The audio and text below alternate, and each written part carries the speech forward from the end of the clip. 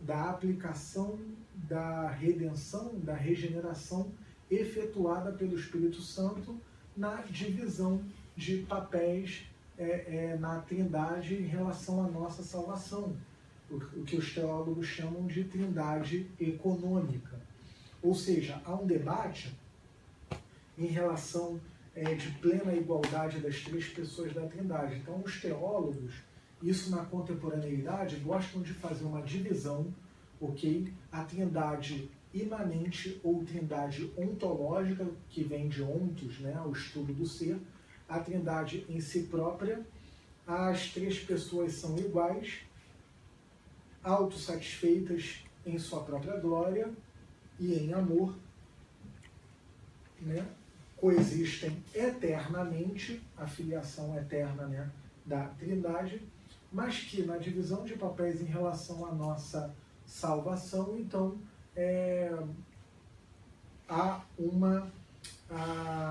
alguns falam numa subordinação funcional, ok? E aí há até um debate dentro da própria tradição evangélica e dentro da própria fé reformada, há um debate sobre essa questão da subordinação funcional, ok? Mas o ponto do credo niceno é que não há uma subordinação eterna. Quando fala que o Espírito, procede do Pai e do Filho, ele procede do Pai e do Filho numa questão de envio para a redenção de pecadores, né? Para aplicar a redenção a pecadores.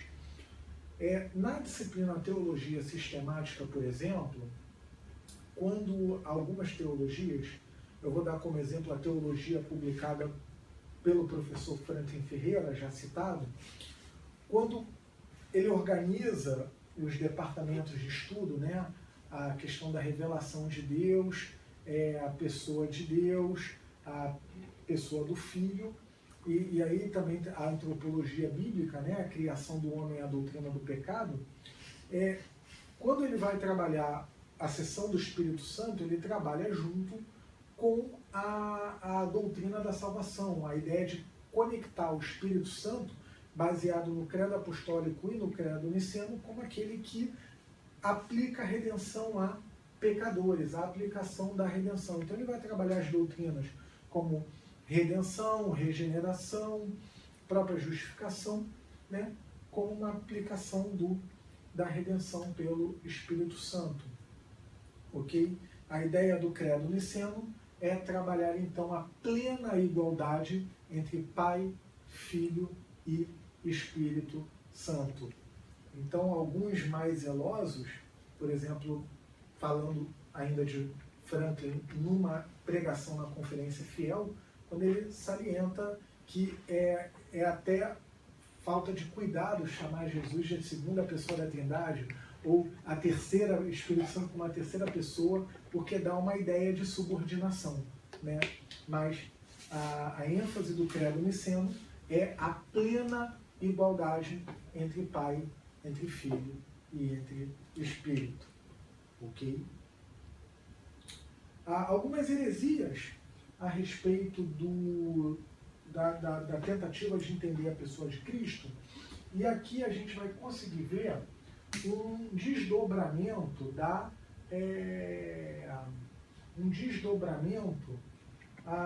das heresias gnósticas. Então, o ebionismo. Jesus, na percepção, era um ser humano normal que nasceu naturalmente, isto é, não foi por nascimento virginal, na concepção dessa corrente, né? Ele não era divino, mas foi capacitado pelo Espírito de Deus. Então, a ideia é que há apenas um Deus que é diferente do Messias escolhido. Então, a ideia de que Jesus era plenamente humano e não divino é chamada de ebionismo, né? Jesus não era Deus, era somente humano.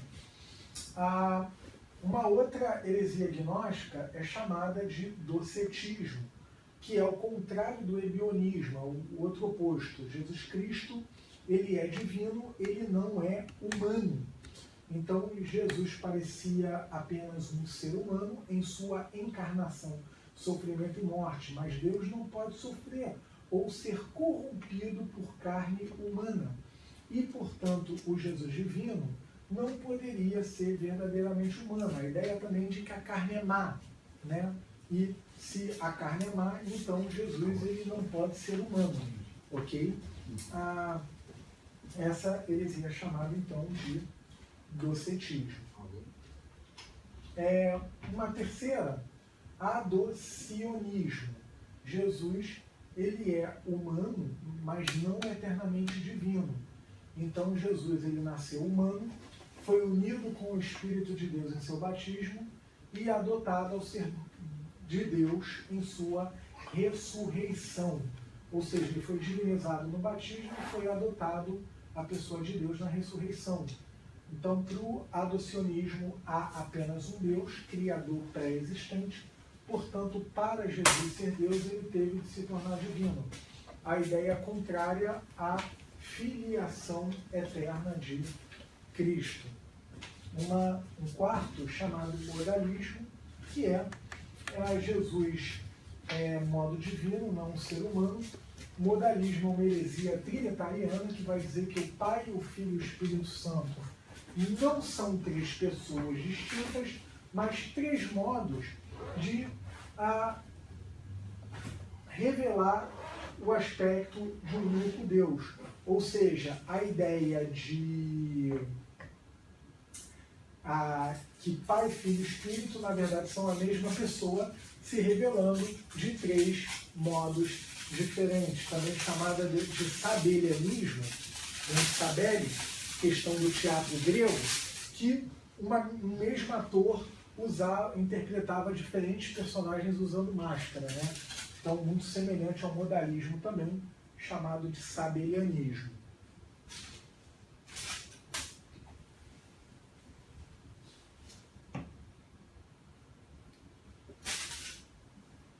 Apolinarianismo. Jesus divino, mas não plenamente humano. O espírito, a alma humana de Jesus foi substituída, ou substituído, espírito, né, pelo divino Logos, o verbo em sua encarnação. Qual é o argumento? Essa heresia do século IV, né, Apolinário de Laodiceia, argumentava que Jesus não poderia pecar, então não podia ter um espírito humano, isto é, a fonte do pecado humano. Então ele não era plenamente humano, né? Mas o espírito humano foi substituído pelo Logos divino. Ou seja, um corpo humano, mas não uma alma ou um espírito humano, né? Porque para essa heresia o espírito é a fonte do pecado. O arianismo, bastante comentado por causa da questão aí de Atanásio, né? Jesus humano, não divino. O Logos era primogênito da criação, tomando carne humana na encarnação. Houve um tempo em que o Filho não existia, de novo, quebrando a questão de Nicéia da filiação eterna do Filho.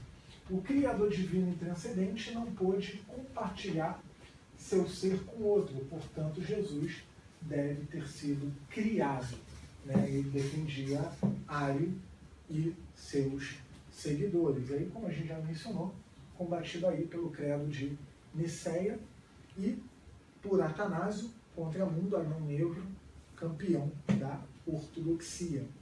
Monofisismo ou eutiquianismo, eutiques, entre século IV e V. Jesus divino, não humano. Jesus possuía apenas uma natureza, a divina. A natureza humana de Jesus foi virtualmente absorvida por sua divindade em sua encarnação, deixando apenas um revestimento de humanidade. Então, o argumento é que Jesus é incorruptível e não poderia, então, ser verdadeiramente humano, né? E o nestorianismo. Nestório, no século V depois de Cristo, Jesus ele é divino e humano, mas separadamente. As naturezas humana e divina de Jesus foram completamente separadas na encarnação. Maria era a Christotokos, a portadora do Cristo, não a portadora de Deus. as duas naturezas, divina e humana, não podem ser misturadas. Então, o nestorianismo vai dizer que Jesus ele tinha a natureza divina e humana, mas que elas foram separadas na encarnação. Até um debate aí que uma dificuldade nossa, e aí é o que eu falei da questão no começo da aula do nosso anticatolicismo, quando a gente usa a expressão Maria, Mãe de Deus, e aí alguns evangélicos têm dificuldade, e, em parêntese, eu compreendo essa dificuldade porque nós, evangélicos, compreendemos que somente a Trindade é objeto de nossa adoração. Nós só prestamos culto ao Deus Trino e a nenhum outro. Portanto, nós consideramos Maria uma mulher virtuosa, uma missão nobre, honrada, mas ela não é corredentora, ela não é nossa salvadora, ou ela não é objeto de... ela não é mediadora, portanto, ela não pode receber a nossa intercessão e a nossa oração. Agora, o termo Maria, Mãe de Deus, é errado? Não. Porque se a gente fala que é errado, a gente cai num semi-nestorianismo. Porque quem estava dentro do ventre de Maria? Era Deus. O Deus Filho. Mas era Deus. Porque Jesus, ele sempre existiu na Trindade, eternamente, isso é bastante polêmico, mas ele sempre existiu, a filiação eterna, e na sua encarnação toma forma de carne, o Verbo se fez carne, no ventre de Maria, Maria estava sendo a portadora de Deus. Agora, na questão do romanismo, a gente faz essa separação de que Maria estava portando Deus, mas Maria não é e não pode ser adorada como Deus, senão cai na idolatria. Então a gente faz essa separação, ok? De não a mariolatria, mas de um reconhecimento que quem estava no ventre de Maria era Deus. Isso não confere glória, não confere divindade, não confere não pecaminosidade a Maria. Maria era uma pessoa debaixo da queda como nós, ou seja, pecadora, ok? Mas a encarnação, ela foi concebida pelo Espírito Santo, né, no ventre de Maria, e, portanto, Maria era portadora de Deus, né, porque a gente não separa a natureza humana e a natureza divina da pessoa de Cristo. Elas se comunicam, um tema bastante trabalhado na Reforma pelo próprio Calvino e seus alunos, né, posteriormente. Então,